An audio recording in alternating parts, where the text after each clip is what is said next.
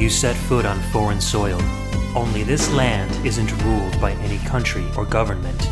In this land we celebrate music. In this land we celebrate games.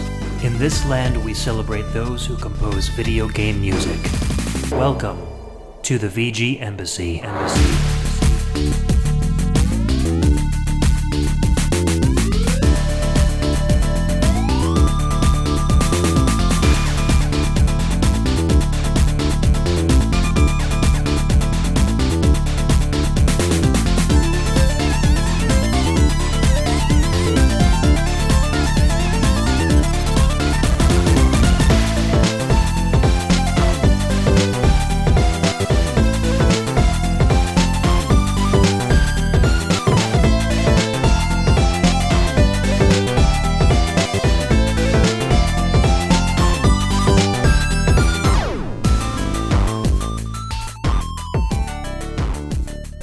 Welcome and thanks for tuning in to another episode of the VG Embassy. This is a show centered around video game music and the amazing online community of fans and podcasters that enjoy it. My name's Ed, and on each episode I'll take the role of Prime VGM Minister and invite a guest VG Ambassador onto the show to share with us their own video game music culture.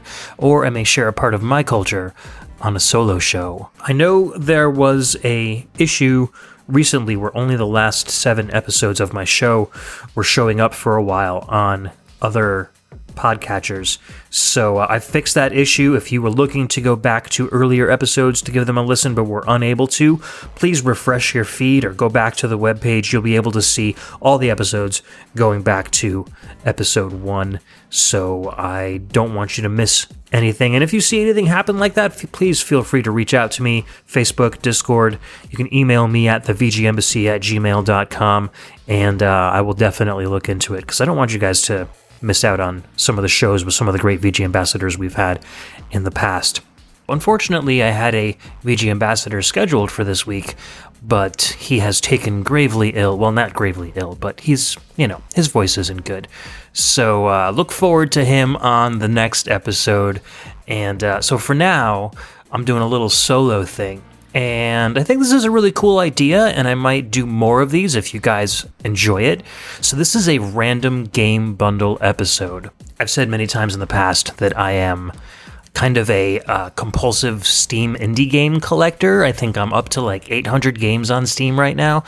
And I love going to these sites that give discounted Steam codes, like Humble Bundle, and there's a whole bunch of other ones out there. So I was made aware of a random game bundle on a site called Fanatical, and what it was you pay, I think it was like $6-7, something like that, and you get 10 random Steam game codes. And they were all, bona fide indie games that have been out for a while and have at least a mixed to positive review rating.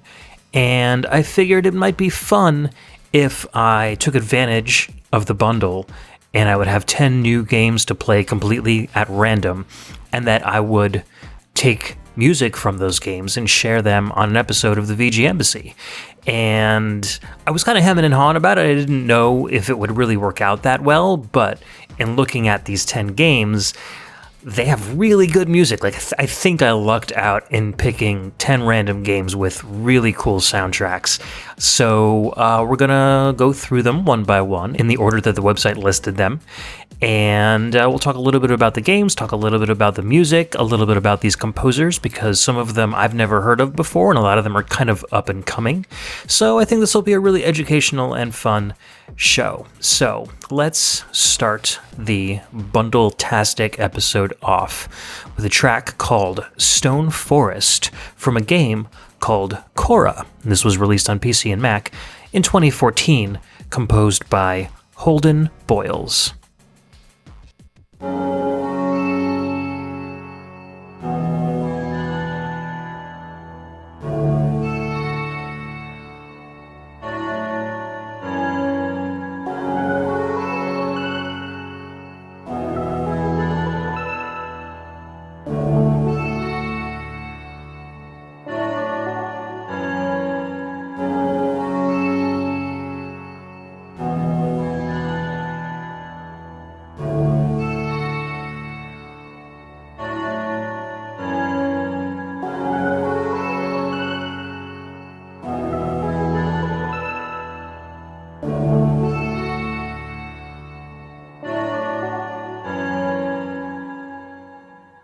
Okay, that was a short, relaxing one. That was Stone Forest from Korra, which came out on the PC and Mac in 2014, composed by Holden Boyles, and Holden Boyles was also co-developer and graphic artist on the game, so a man of many hats.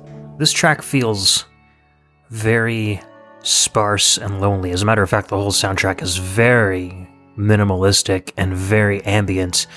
This was one of the few soundtracks for this show that I had difficulty picking because a lot of them were, I guess I'll say that they would probably be much more listenable inside the game rather than listening to them on a podcast. Not as many tracks have the melody and kind of cohesive sound that this particular song does, but I did like this one. This game has a very minimalist approach to just about everything. Gameplay, graphics, sound. It's like an early pixel art style walking simulator. So it's 2D, there's no fighting, there's no enemies, there's no real sense of danger, you can't die. It's more of a story that you experience in walking through these environments. And it's pretty neat. You move to this new village that's on the outskirts of this forest, and everybody's like very interesting. I think the strength of this game is definitely in the writing. Kind of reminds me of Oxenfree in that sense, where the gameplay is kind of simple, but the dialogue is what really draws you in. And so you're talking to all of these very fleshed out, uniquely personalitied people, and then you happen upon these ruins that are just outside your town, and you get that kind of traditional flashback of you see things from ancient times and the screen starts flashing and blah blah blah, and then you realize that you can see into the past and you can actually see ghosts of long dead ancient entities that once inhabited this land and nobody else can see them, and you hear stories that there was once an evil queen in the area. And so you go on this journey to kind of experience her story. And so as you're walking through these environments, you switch between present day and past, and you can see the past kind of play out before your eyes. So it's really cool. Like I said, the writing is really good. There's a lot of humor in it.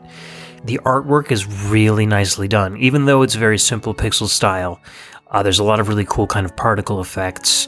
Your character is just like 4 white sprites with legs that kind of just move back and forth, like a very rudimentary character design for all of the characters. The only way you can tell one character from another is because they're just a different color. It looks very Atari in that sense.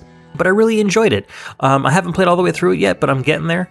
And I don't know. I feel like this is one that if you see it for like less than $10 on Steam, it's probably worth your while, especially if you like games like Oxenfree or walking simulators where you're really into a story.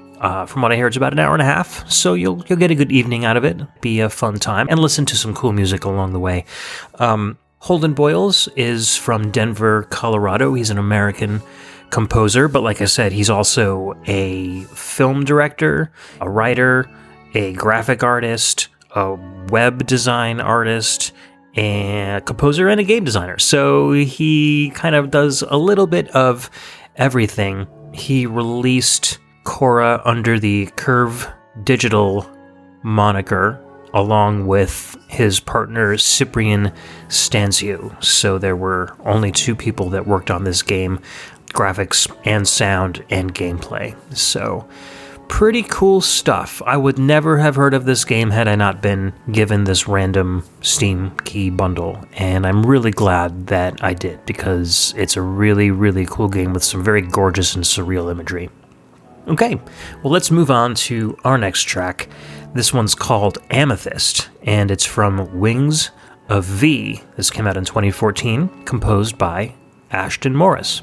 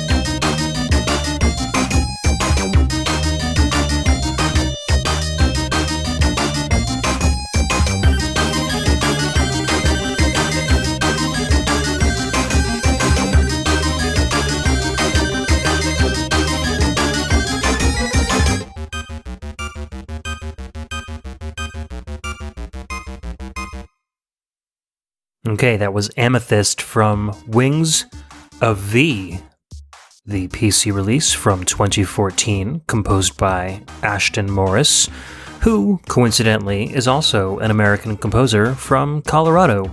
Go figure. I wonder if he and Holden Boyles hang out together. Anyhow, I like this track. It starts really simple, like it starts almost like it's a demo on your Casio keyboard or something, and then he just keeps layering on like different instruments and different melodies, and then you've got some counter melody going on towards the end, and by the end it sounds pretty cool. The game also has a turbo mode where you can play, 1.5 times as fast, and so I think that's where the sped up music at the end of the track comes from. I think he just kind of combined both pieces into one stream on his Bandcamp, which is where I got this track from. So anyways, yeah, it was cool. It had like a little bit of almost like an industrial vibe, but kind of retro at the same time. I really like the bass line, and then those arpeggios that come in maybe about like 3/4 of the way through. I think that's where it really starts to feel like kind of a cohesive piece. And man, this game, I have not played to the point where this song plays, because I have tried to even get through the first level on this game, and I cannot do it. So people who like really difficult games, like Dan Lawton, I'm looking at you, you might want to pick up Wings of V if you haven't heard of it yet. It's made by, so there was this web game called I Wanna Be the Guy, and if you don't know it by name, you might remember a little tiny protagonist, and he's like running through, kind of looks like Mega Man style levels, but he'll come across like a giant Mike Tyson or like a huge tree, and like apples will fall and they'll like kill him every single time. That was a game called I Wanna Be the Guy. So I Wanna Be the Guy was kind of a fan game of Nintendo hard NES games, and then somebody made a fan game of I Wanna Be the Guy called I Wanna Be the Bashi, and that was more of it was a similar kind of game, but it had more pop culture, like YouTuber kind of stuff in it. And so the guy who made I Wanna Be the Bashi was also one of the developers on Wings of V.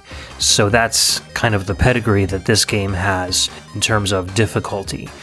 You have a double jump, an air dash, and a slide, and as well as your standard sword swipe. But most of the challenge of the game is to figure out what combination of double jumping, dashing, and sliding in midair you need to do to get around these big blocks of spikes and, enemies flying back and forth and stuff. So the platforming almost seems kind of puzzle-ish in a way, even though it's got side-scrolling Metroidvania style elements to it as well. So, like I said, not really for me. The art is pretty good. It's got, standard pixel art. It does rely a little bit on women with large chests to kind of sell its look, which I'm not that fond of, but whatever. And the plot seems pretty neat. You are an angel, and you're kind of like a teenage angel, I guess, and your friend pressures you into summoning a demon just for fun.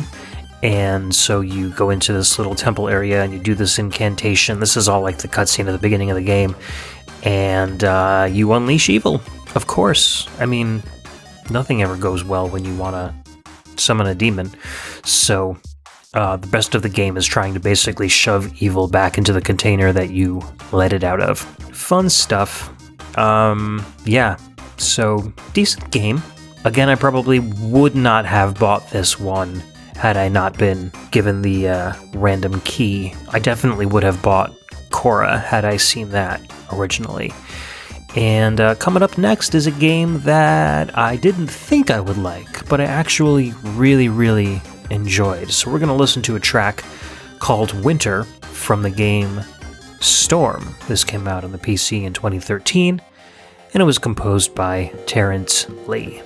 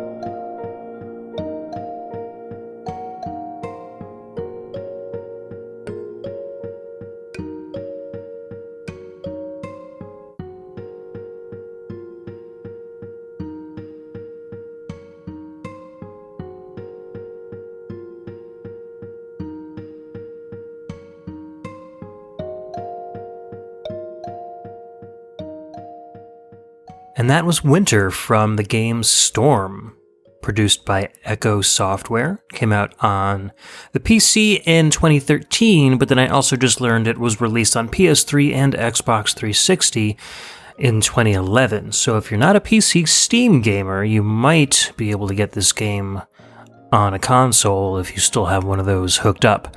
And that was composed by Terrence Lee, who was also the developer of the game. Really pretty piece. I like this kind of classical, very organic sounding music because it has a nice rhythmic tempo.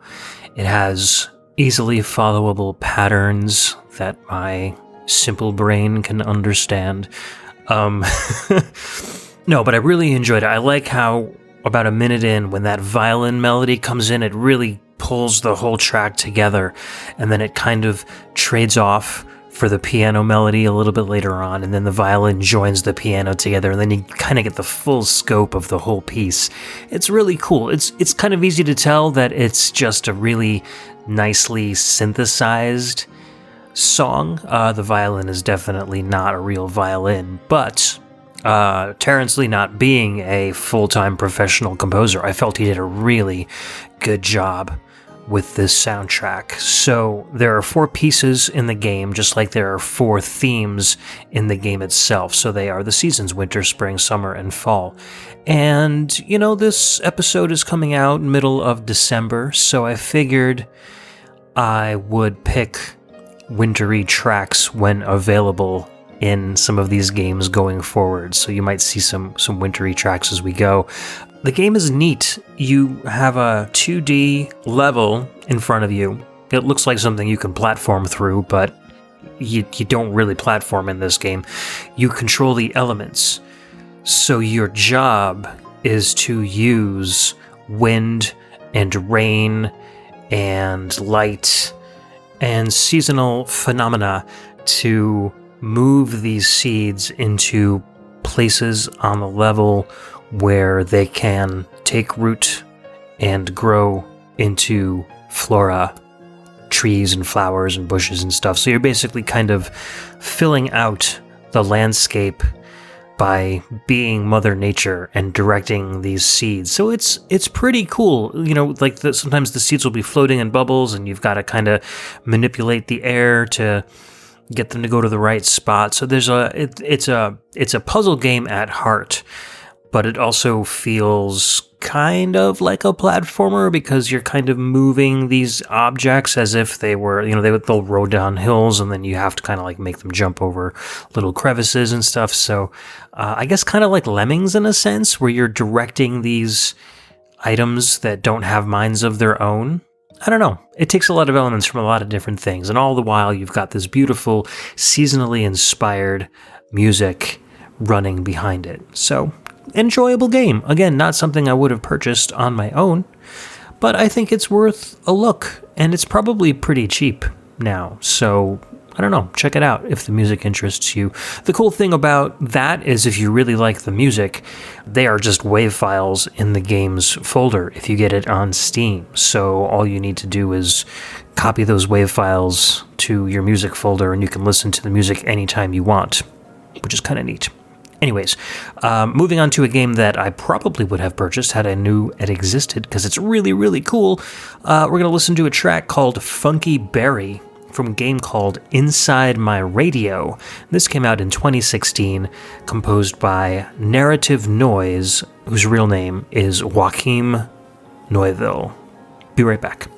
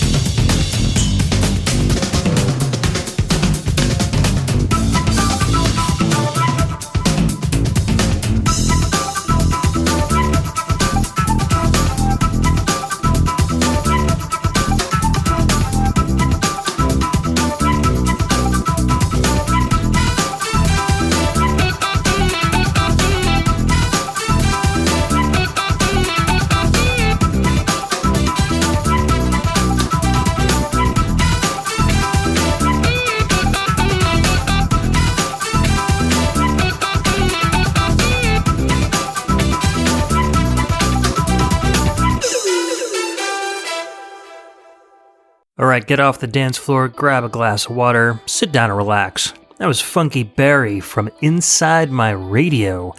That was a PC release, but it also came out on the PS4, the Xbox One, and the Switch, starting in 2016, composed by Narrative Noise, aka Joachim Neuville, who is from Lille, France. I'm thinking that Funky Berry is a reference to Barry Gibb of the band The Bee Gees, who were very influential in the disco era. And obviously this one has a very funk disco sound to it, so that's who was brought to mind immediately when I heard the name of the song. I really like the song. I really like this game. It plays with music so well. So you're a little tiny square with hair. It's the best way to explain it. You change your character as you go through the game depending on what genre you're experiencing in the game, and you have to do all the movements, all these platforming movements on the beat. So it's very similar to like Crypt of the Necrodancer, where you have to wait until the beat so that you can move. But the really cool thing about the game is that it's segmented such that the music follows the segments of the game. And the music is dynamic also in the sense that it will continually shortly loop for the part of the stage that you're in until you get to the next spot. And then it will start playing the next portion of the song. So if you like speedrun the level and do everything perfectly, you'll probably hear the song just like we heard here from Narrative Noise's Bandcamp. But in the game itself, if you're just learning, you might hear that first part looped a couple times, and like horn stabs will be linked to different things that are happening in the background, or a different jumper, like a wall you have to smash through or something. So it loops like very specifically depending on where you are. You really have to see video of it to kind of get what I'm talking about, but I've never seen music in a game do that before, and I think that makes this game really special. The whole concept behind the game is that you are fixing a boombox, and so you have to get through these levels to like repair different parts of the radio to get the boombox to play music again, which I thought was really cool. Like, it just really encompasses the whole musical aspect of this game. So Narrative Noise has done quite a few indie games, like Knockout Party for Ubisoft, X Factor for Koch Media, Dungeon Twister for Hydravision, that came out on the PS3 and Xbox 360, Mustache Armies, which was a PC game, Epistory, and Hellink, which are also PC indie games. So he's got quite a few games to his name.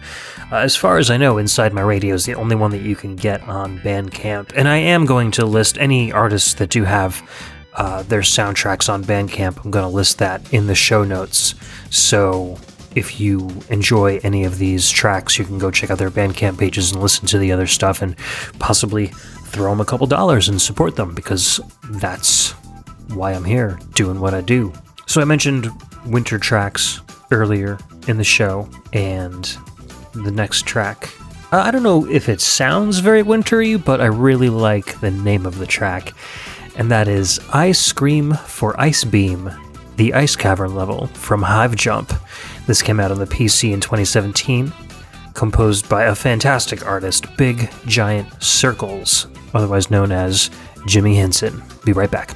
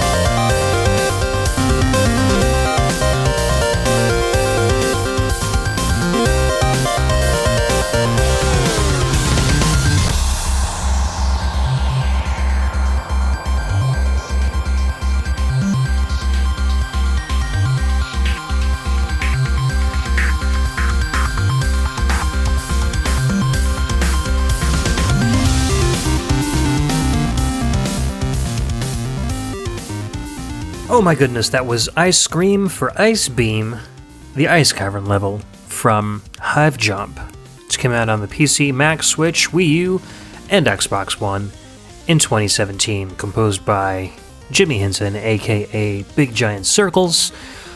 Wow, this soundtrack.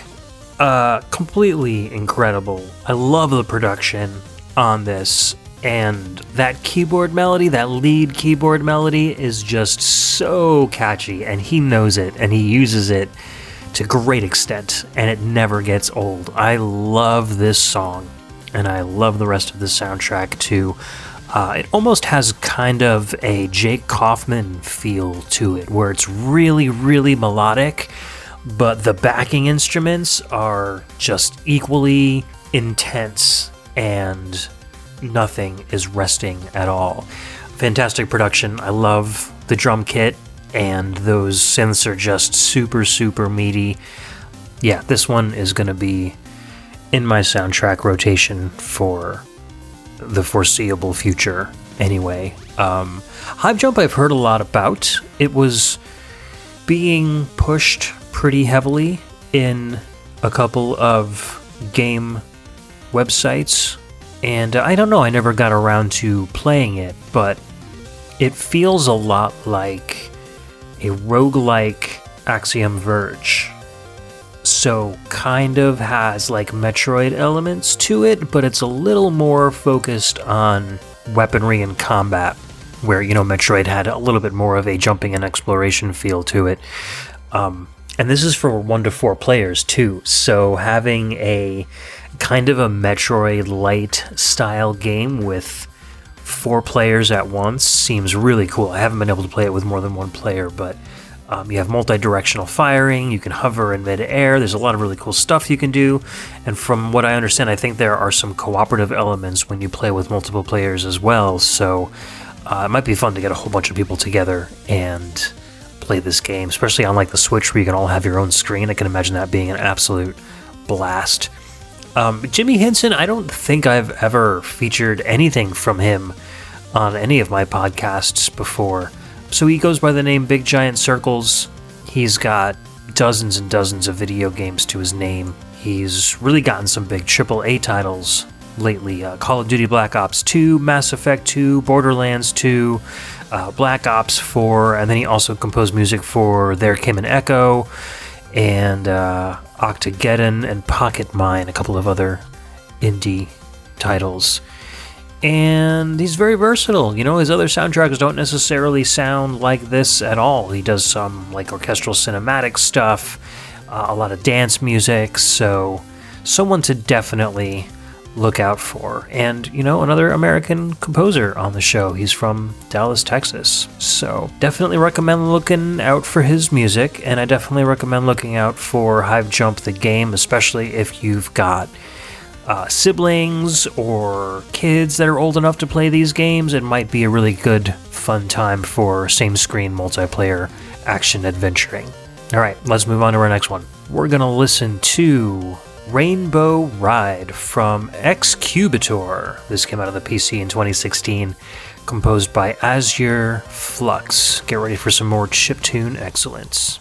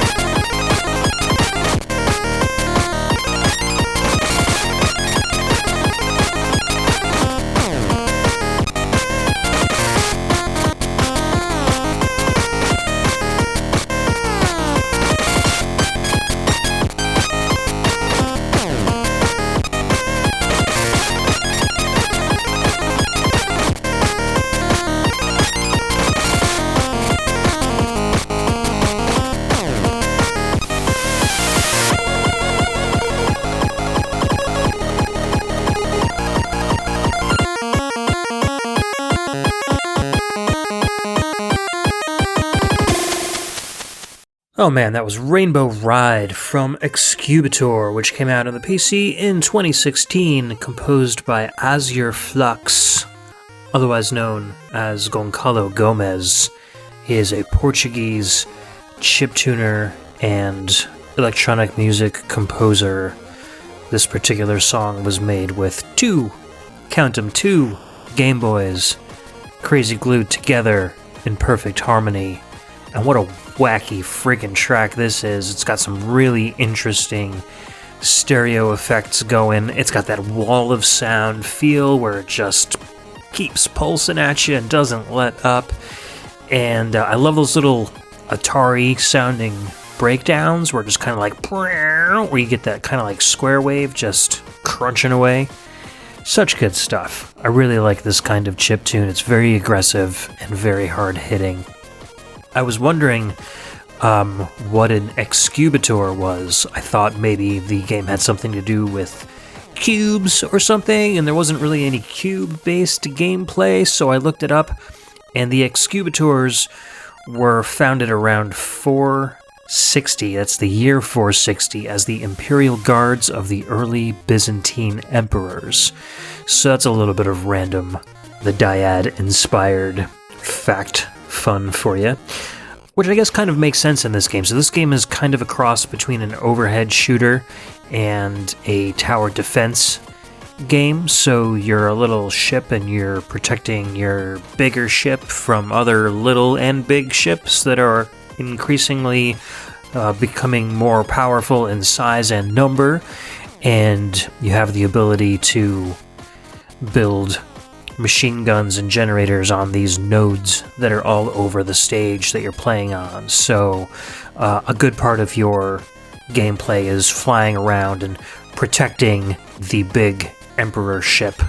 So you're the excubator kind of running around and shooting stuff. The graphics are actually really, really good. It's made in Unity, and usually you don't get really nice looking graphics from that, but it's mostly just space stations and asteroids and stuff, but they did a really good job with texturing in this game. It's really nice to look at. The gameplay is a bit simple, and it gets really kind of unbalanced difficult after a while. You can increase the power of the turrets and stuff that you put down, but you don't really have a lot of different options for different items to put down, and they don't really do that much against the enemies that are coming in.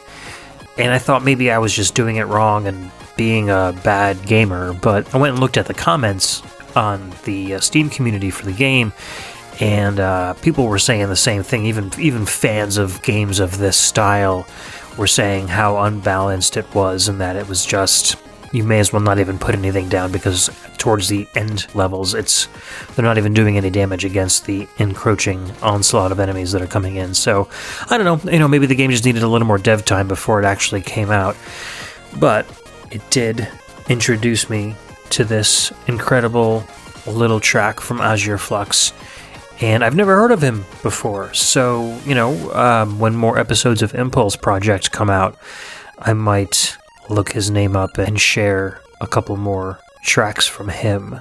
Yeah, you don't see many Portuguese chiptuners out there, so I am kind of glad I stumbled across him. Finding out a lot of cool stuff just from 10 random Steam codes, huh?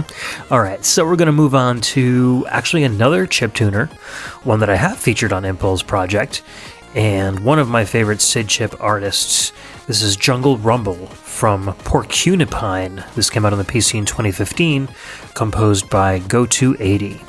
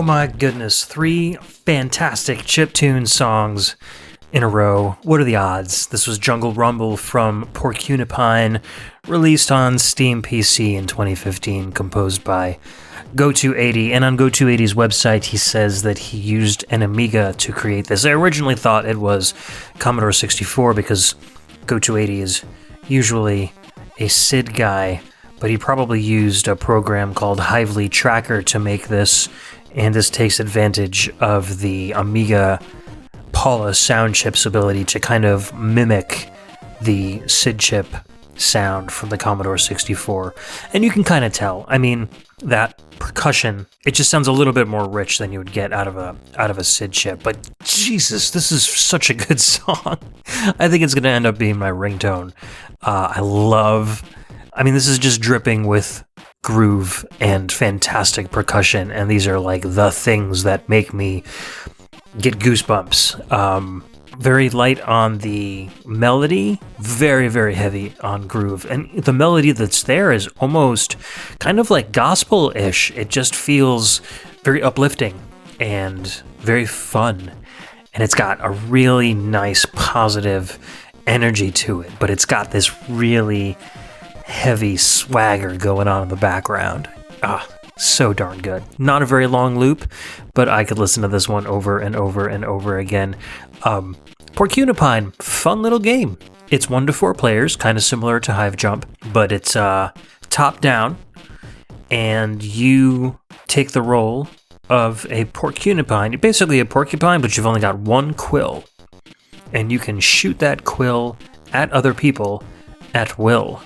But the thing is, wherever the quill lands, the quill stays, and you have to go pick it back up in order to shoot it again. So you end up in these death matches with other porcunipines, and it's kind of just chaos. You're shooting your quill at other people, and then the other, they're shooting their quills at you, and you have to dodge, but then you also have to run and pick up your quill so you can attack again. So while you're chasing back after your quill, you're completely defenseless. So you've got to really go on the kind of stealthy defense mode kind of a deal and get back where you can attack again. So it's neat. It's fun. I have only kind of played it 1 player against a pretty not very intelligent artificial intelligence, but I would really like to play this at a party of some sort and just get 4 people just kind of shooting at each other. There's a lot of different, like Bomberman, where it's top down. So you have that kind of a view. It's just a rectangle that you're all kind of locked into to play. And there are some of them have pyramids you can go in and out of, and some of them have, ice levels and stuff. So this is the jungle themed level. And then there's a desert and a winter and I don't know, one other one. But there's a lot of different porcunipines that you can be. They're all animated pretty well. It's really funny. You turn into like a skeleton and then just a skull that stays on the level whenever you die. So you get to see how many times each person has died because their remains are just kind of laying there. So it's funny. It's very pixely. It's very cartoony. It's all in good fun. And the music is fantastic. Go280, like I said, is one of my favorite chiptuners and definitely worth checking him out. So I will leave some links to his stuff in the show notes as well. Okay, let's move away from chiptune for a little while, and this might actually bring nostalgia back for a lot of people. We're going to play a track called Pirate Village from a game based on the cartoon The Mysterious Cities of Gold, and the subtitle for the game was Secret Paths. This came out on the PC, 3DS, Wii U, and mobile in 2013. Composed by, Wikipedia says it's composed by Marie Muller. I know she at least did the sound effects for the game, but I'm kind of up in the air as to whether she actually did the music, but we'll talk more about that when we get back.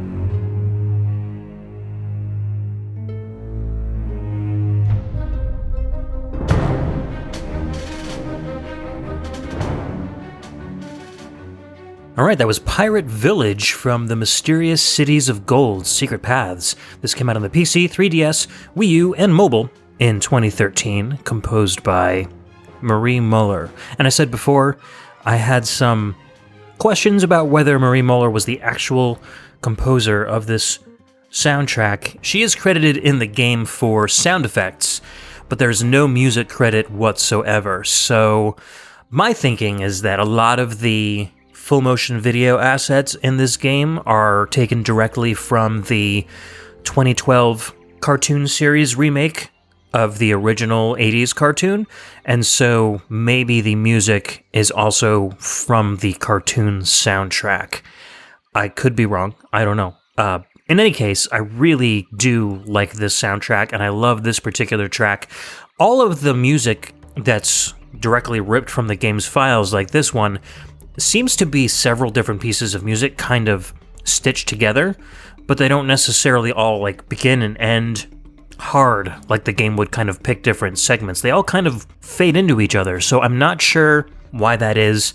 I know when you're playing the game, the music is usually pretty understated, so you don't really notice these transitions and stuff, but I really, really like the Pirate Village track because it shows off a lot of what the game's soundtrack is all about. So there's a lot of really nice orchestral pieces, and then it moves into like some very jungle-licious, almost like modern electronic stuff with like gamelan taking the place of like some really fast-paced percussion, and then it like smooths down into some jungle sound effects, and then the music comes back up again. It's really cool. It's like a little journey in an audio file. So I really appreciated that, especially listening to this music, like the whole soundtrack while you're driving around in the car. It almost feels like you're on an adventure while you're just kind of like driving through your hometown. So I really thought that was cool. Marie Muller, I went to her website and looked at her music, and a lot of her music is experimental, kind of avant-garde electronic. She's French, so that's very popular in France, or at least was around 2012, 2013 when the soundtrack was created, and her music really kind of fit with that experimental electronic stuff. And I didn't hear anything that was even remotely of a orchestral nature from her.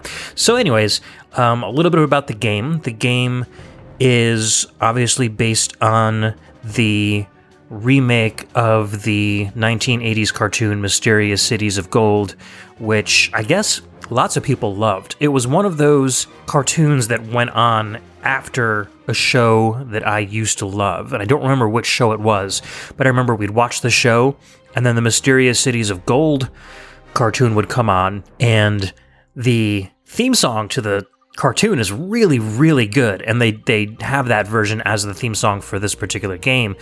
But then the show itself, like, it took place as like three friends, Esteban, Tao, and Sia, and they're talking to like grown-ups, and it just wasn't like the He-Man, Thundercats kind of stuff that I was really watching when I was that age. So this cartoon just felt maybe a little too mature, or maybe a little bit more boring and normal to me, so I never really gave it a chance, though I know I've spoken to a lot of people, some who are very good friends, who really enjoyed watching this. So if you're interested in checking the game out, you might be a little disappointed. I don't know, it's mostly just puzzle solving. It's like a top-down 3D game where you take control of the three kids that are looking for these 7 mysterious cities of gold, and you just switch between them, so kind of like Lost Vikings or something like that. They all have their own individual abilities, and you can use those abilities in tandem to open gates and get through each stage. There's some really good artwork.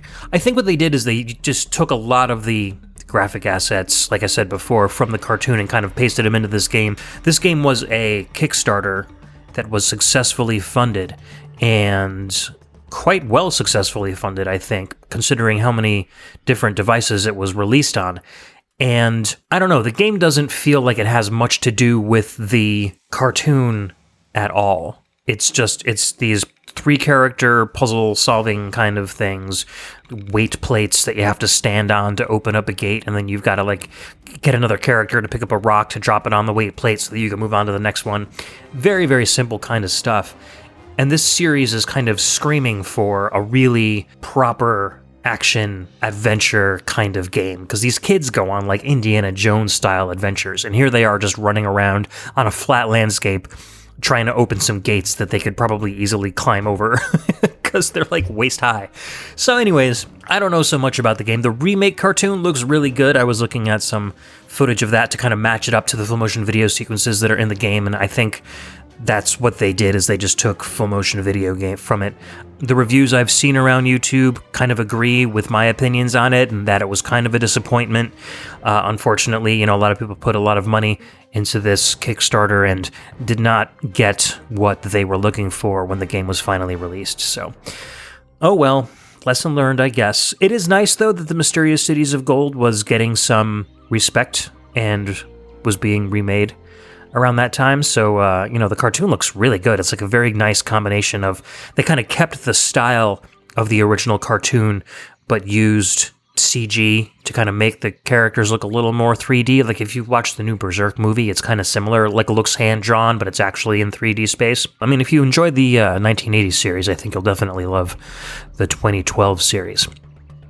All right, so enough about that. Let's move on to our next track. We're going to listen to Doctor Theme from Callie's Caves 4. This is a actually long-running series released on PC and mobile in 2017, composed by Jordan Pearson.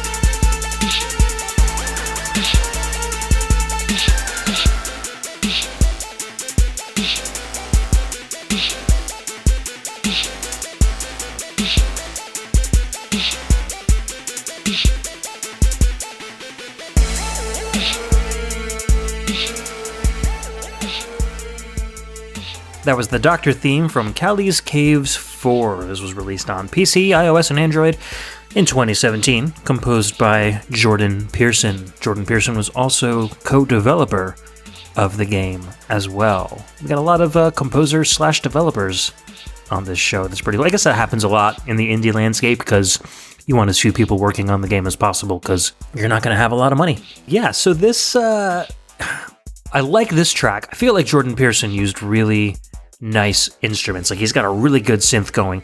The composition is a little bit simple and feels like maybe he's not a professionally trained musician, but at the same time, he really kind of knows how to blend different patterns together to make decent sounding music. And he's listened to what feels like a lot of West Coast hip hop and stuff, and he adds those elements in there, so you get kind of like that going, plus a little dubstep feel and a little like club house music going. So I don't know, I felt this was really cool.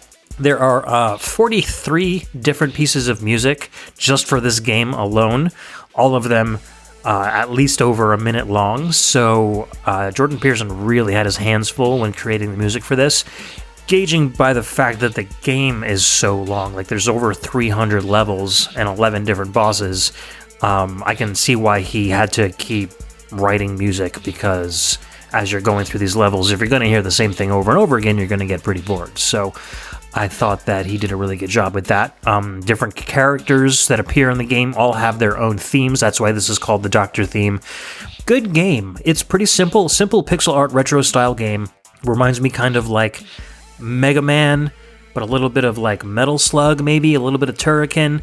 I like it because you get a ton of different weapons, And you can also strafe, so you can hold a button down and keep facing in one direction as you're walking back and forth, which is really nice, especially works well for bosses when you're trying to dodge projectiles but still fill the dude full of holes.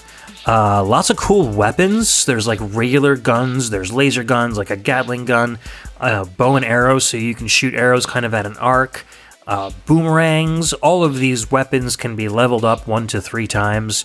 Callie gets power-ups herself as well. You can get a triple jump and a couple of other cool like dash moves and stuff. So I felt like the game was really well done. Maybe not super polished, but there's a lot of features, there's a lot of depth to it. When you shoot enemies, you see how much damage you're taking out of them. So like a little number will appear, kind of similar to like the Metroidvania games or the Castlevania games. And so different enemies will be more susceptible to different weapons. So you can really kind of cycle through your weapons and pick out which ones might be more effective. So there's a lot of depth there. It's not just your simple kind of run and gun, shoot everything that moves kind of a game. There's a little bit of Metroidvania style stuff going on here too. There are some hidden rooms that you can find, little branching paths that might lead to a power-up, but every level does have a beginning and an end, and you would move on to the next level. So it's kind of like a stage-based Metroidvania style game, if that makes sense. Think of like the first half of The Messenger or something like that. Like I said, this is the 4th in the series. I think they just released a new one called Callie's Skateboarding, which is kind of like a more of a mobile game style thing where it's a side-scrolling game, but she's on a skateboard continually going downhill and you've got to dodge. Kind of like an Infinite Runner almost, but with, stage-based as well. I don't know, I've never heard of this series before, and it seems to be getting pretty good reviews around the web, so I don't know, I might go back and check out the first 3 games and see what's up with those. Jordan Pearson's only worked, as far as I can tell from his Bandcamp, he's only worked on the last 3 Callie's Caves games, or at least that's what's been released on the web. So Callie's Caves 2, 3, and 4, he's written soundtracks for all 3 of them, and all of them have a fair amount of music in it, so he's pretty prolific. So anyways, let's move on to our last game of the day. We're going to listen to Alter Army. This game was released in 2018, and as far as I know, I couldn't really find any credits for it. It was published and developed by Vague Pixels, and we're going to listen to the menu theme.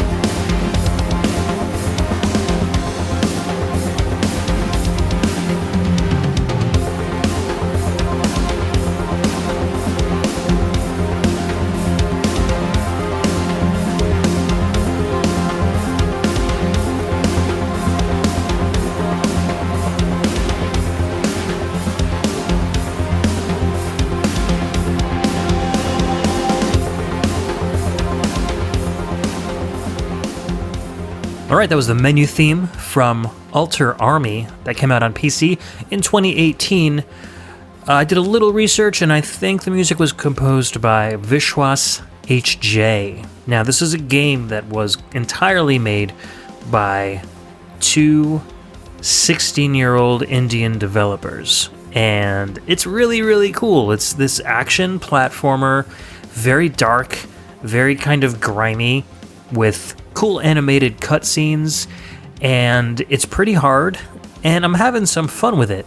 The music was not released like as a soundtrack, and you can't extract any of the audio from the game's files in the Steam folder.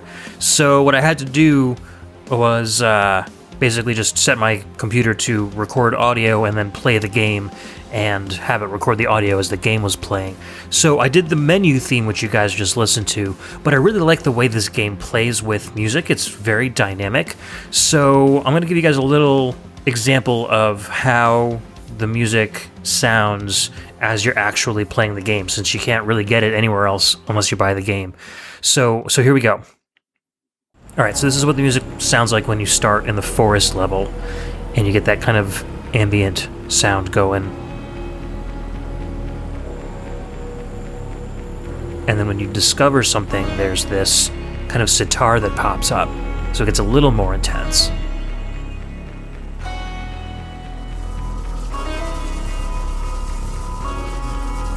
And then you find these orbs, and then you face these enemies, and when you're battling, here's what it sounds like.